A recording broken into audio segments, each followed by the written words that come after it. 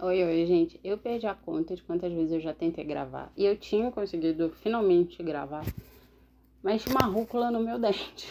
E aí eu vou ter que gravar de novo, porque senão vocês vão prestar atenção na rúcula, ao invés de prestar atenção nas coisas que eu tô falando. A gente, de vez em quando, se esforça pra parecer mais forte, ou bondoso, ou mais sério pros outros. E assim, dependendo do seu ponto de vista, todas essas características, elas podem ser positivas ou negativas. Então vamos olhar para isso hoje com as lentes da nossa boa e velha filosofia e da cultura, para entender como que o medo do julgamento alheio ou o ponto de vista das outras pessoas podem moldar e caracterizar a gente. Vamos começar pela fraqueza. Fraquezas normalmente são vistas como limitações. E aqui cabe um disclaimer. Essa não é minha opinião pessoal. Alguns dos exemplos que eu vou dar é a forma como a sociedade enxerga, mas não é como eu entendo. Vamos começar pela fraqueza moral. Quando uma pessoa, ela tem muita compaixão e ela é muito boazinha e é sempre muito solícita, as pessoas podem olhar para ela e entendê-la como uma boba, como alguém facilmente manipulável e como um ser humano muito tolo, assim. Aí a gente vai para fraqueza física. Quando uma pessoa é surda ou cega, as pessoas se referem a esse indivíduo como portador de deficiência, quando na verdade deficiente é a nossa sociedade que não é capaz de incluir as pessoas que participam desse coletivo, dessa sociedade, né? Uma fraqueza cognitiva ou de inteligência, quando alguém aprende de uma outra forma que não é a do modelo convencional, ou quando a pessoa é neurodivergente. Ela pode escutar, ai, tadinha, ela é lenta para aprender, ou vai ter que tomar remédio a vida toda. Quando na verdade a sua forma de pensar dela que é diferente, ou a forma de aprender que é diferente. O que é uma fraqueza? A sociedade patriarcal, ela é extremamente competitiva e tudo aquilo que é visto como fraqueza, limitante, é olhado como uma incapacidade ou como uma vulnerabilidade que deve ser suprimida ou superada de qualquer maneira, porque senão você é visto mesmo, taxado ali, como um fracassado pela sua vida inteira. O que é uma coisa muito louca, assim, porque existencialmente a gente sempre vai ter características diferentes, né? Todo mundo. O taoísmo, primeiramente, é visto como uma escola filosófica. E uma das verdadeiras forças para o Tao é o não fazer nada, ou o Wu Wei, ou ser adaptável, suave, ter a capacidade de ceder com relação ao outro. Para Lao Tzu, que é a pessoa que dizem que é o autor das primeiras partes do Tao, ele vai falar que nada é tão suave e fluido quanto a água. E, no entanto, ninguém consegue resistir a ela. E se a gente olhar para isso, vai muito contra aquilo que a gente entende como força e poder no Ocidente. Em outra filosofia, o indivíduo, ele é fraco se o coletivo que ele faz parte também é fraco. E isso vai ser visto como uma oportunidade para se reconstruir, para se fortalecer. Na filosofia Ubuntu, um indivíduo só é porque eles são. Isso vai falar sobre consciência e pertencimento. Para um cara chamado Desmond Tutu, que é autor de uma das filosofias Ubuntu, o ser humano ele só pode exercer a sua humanidade a partir de outro ser humano e com outro ser humano. Então, quem você está muito relacionado com as pessoas com as quais você vive. Sabe quando você decide ir para a academia e aí um outro amigo acaba se animando e vai junto com você para também cuidar da saúde, ou quando você decide mudar de vida e decide fazer um curso, e algumas outras pessoas, até da sua família mesmo, também decidem ir lá e fazer junto com você, e aí depois de alguns anos você olha em volta e você pensa assim, caramba, a decisão que eu tomei de fazer tal coisa, olha o meu entorno agora como tá diferente. E o contrário também é uma verdade, assim. É muito provável que os seus defeitos sejam os defeitos do teu coletivo, assim, Se você tem muitos vícios, é provável que as pessoas com quem você se relaciona também tenham muitos vícios. E aí a gente tem aquela frase véia, podre, feia, dize-me com quem tu andas e eu te direis quem é. E isso, inclusive, pode ajudar você também, né? Aí dentro de uma autoanálise sobre o que as pessoas com as quais você convivem têm de errado, o que você gosta nelas e o que você não gosta, e ver se isso faz sentido com você ou não, inclusive uma tentativa de mudança, se for o que você quiser. Bom, na filosofia zen budista, a gente vai ter um dos mestres chamado Dogen, ou Dogen. É japonês, então eu também não sei. Ele vai falar sobre algumas coisas, entre elas sobre a impermanência da vida. Quando ele tinha 8 anos, a mãe dele morreu. E aí ele teve esse primeiro enfrentamento com a impermanência das coisas. Ele traz que a fraqueza faz parte da vida. E que tentar mascarar ela, ocultar ou fugir dela é uma besteira, é uma burrice, é uma ilusão, porque causa o sofrimento desnecessário, já que a fraqueza faz parte da verdade da vida e parte essencial do caminho. Assim, a gente vê que a fraqueza, na verdade, ela pode ser força, né? E vamos dar uma olhadinha também sobre a bondade. Normalmente, quando a gente olha para alguém e vê uma pessoa boa, a gente enxerga alguém que doa coisa para os outros ou faz o bem para outras pessoas sem esperar nada em troca e sem querer nada em troca. Isso é chamado de altruísmo. Só que essa mesma pessoa, ela pode acabar sendo vista como alguém que só quer aparecer. Ela não tá fazendo bem porque ela é boa. Alguém pode julgar ela e falar, não, só faz isso aí para ser admirada. Então ela pode acabar sendo explorada pelos demais, sabe? E as outras pessoas às vezes podem nem perceber quando aquela outra que é altruísta não tá bem ou não consegue mais entregar tanto, né, para promover o bem coletivo ou individual de alguém, assim.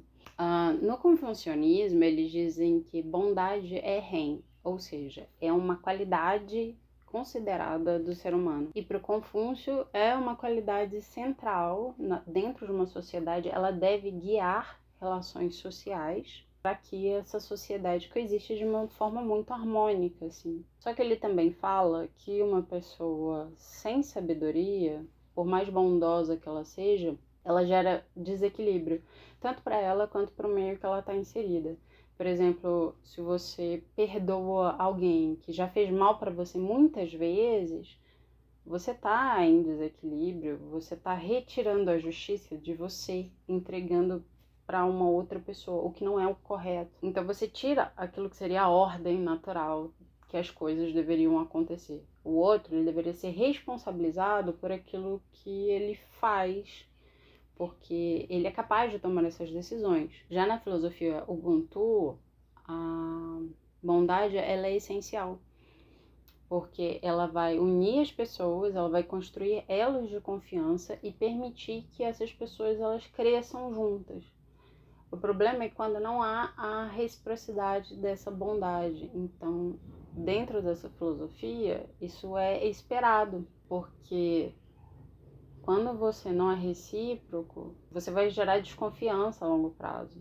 A pessoa vai acabar achando que você só quer se aproveitar dela. E a desconfiança gera desunião e em desunião as pessoas vão começar a olhar para si individualmente e não para aquilo que está no entorno, dentro do coletivo. No taoísmo, o Lao Tzu vai dizer que a bondade ela deve ser fluida, natural e entregue. Se ela for fruto do ego ou se ela for forçada, ela vai ser algo completamente vazio, ela vai ser algo que não é benéfico e que vai contra o caminho do tal. Se a gente for olhar a bondade pelo ponto de vista de Nicolau Maquiavel, a gente pode ficar com um gosto ruim na boca, sabe? Ele foi um conselheiro, depois escritor, de uma cidade chamada Florença, na Itália. E ele escreveu O Príncipe. Nesse livro, ele vai falar sobre como manter o poder e manter uma organização dentro de um estado. E ele fala que é mais importante parecer bondoso do que realmente ser bondoso. Porque se você parece uma pessoa bondosa, as pessoas têm uma tendência a confiar em você. E aí você vai poder consolidar o seu poder, porque os seus súditos, eles entregaram confiança em você, porque você é uma pessoa boa. Então, para o Nicolau, a moralidade da coisa e a sua autenticidade, elas não importam muito. Agora a gente vai para a pergunta de R$1 bilhão. Por que a gente se importa com a opinião dos outros? Em primeiro lugar, isso tem a ver com a nossa evolução.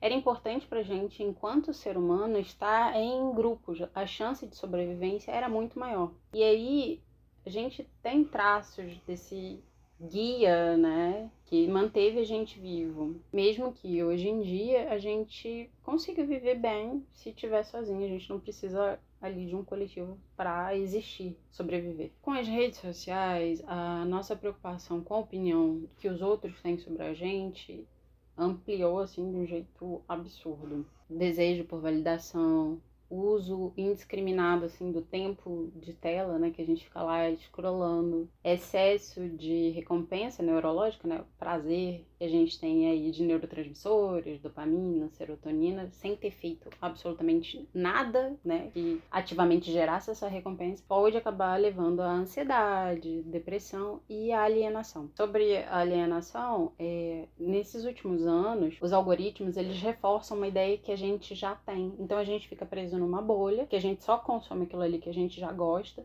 e aquilo ali reforça a opinião que a gente já tem, uma crença que a gente já tem. Então é mais fácil ainda qualquer coisa fora dessa bolha parecer errado. O algoritmo ele não exercita a nossa consciência crítica, ele só reforça nossos pontos de interesse. A forma como a preocupação com o que o outro pensa está inserida dentro da gente está muito ligada à questão cultural. Em territórios mais coletivistas, como alguns países asiáticos e africanos, você se preocupar com isso tem muito a ver com a coesão e a harmonia social. Já no Ocidente, quando a gente pensa com o que as outras pessoas estão julgando, estão achando, estão pensando da gente, você está mais ligada com contextos de afirmação e conquistas. Essa validação externa, ela vai servir para reforçar o quanto a gente é incrível, o quanto a gente é especial e o quanto o que a gente conquistou, todo mundo também quer. Esse contraste ele é bem interessante para ver o quanto essas visões moldam isso dentro da gente. Pro Dogen, do Zen Budismo, ele vai dizer que você não deveria de forma alguma se preocupar com o que pensam de você. Primeiro porque tudo é impermanente. Então o que aquela pessoa pensa provavelmente vai mudar em algum momento, porque ela muda, porque tudo muda. Agora, se a opinião dessa pessoa não mudar com relação a você, você também não deve se preocupar, porque a visão dela com relação a você não é a verdade absoluta. Ela só sabe da sua vida um pequeno fragmento, e aí ela vai fazer uma interpretação com as coisas que ela acha que ela sabe sobre você, que não é a verdade absoluta e que não faz a menor diferença no fim das contas. Até porque cada pessoa vai olhar para você de acordo com o que ela compreende de si e do mundo. Ela pode ser uma pessoa mais maldosa e daí ela só vai ver maldade. Ela pode ser uma pessoa mais boa, mais tranquila, mais serena, e aí ela vai ver tudo com uma conotação mais tranquila também, sabe? Confúcio também vai falar sobre o julgamento dos outros como uma ferramenta de coesão social, mas ele também vai dizer que, do outro lado, se importar com a validação externa gera muita superficialidade e hipocrisia. Hipocrisia porque a pessoa vai fingir uma coisa que ela não é por medo do que vão falar dela. Superficialidade porque, na verdade, aquilo que está por cima, aquilo que parece ser, importa mais do que aquilo que está lá no fundo, que às vezes é o fato. No filme do Coringa, aquele primeiro, a gente tem um indivíduo muito vulnerável que vive o tempo todo sob o constante julgamento e condenação das outras pessoas que vivem no entorno dele. Vão passando os dias, os anos, e isso, no fim das contas, leva a uma explosão de violência e de caos. A gente vai ter um livro chamado O Amante Japonês, é da Isabel Allende, e esse livro mostra dois personagens que se casam, mas que, se não fosse o julgamento social, eles provavelmente não se casariam, apesar de se amarem muito. A Alma é uma judia e ela se apaixona por um homem japonês. Isso no meio de uma sociedade pós-Segunda Guerra Mundial. Eles não poderiam se casar porque nenhuma das comunidades, nem a japonesa, nem a judia, aceitariam que eles vivessem juntos dentro dessas comunidades que são mais fechadas, ou eram naquela época. E esse japonês, ele também espera que a esposa dele seja submissa e compassiva. Uma coisa que a alma não é e que ele também não aceitaria. Então, apesar de se amarem muito e se quererem muito, eles não podem viver juntos ou ter filhos que seriam mesclados etnicamente.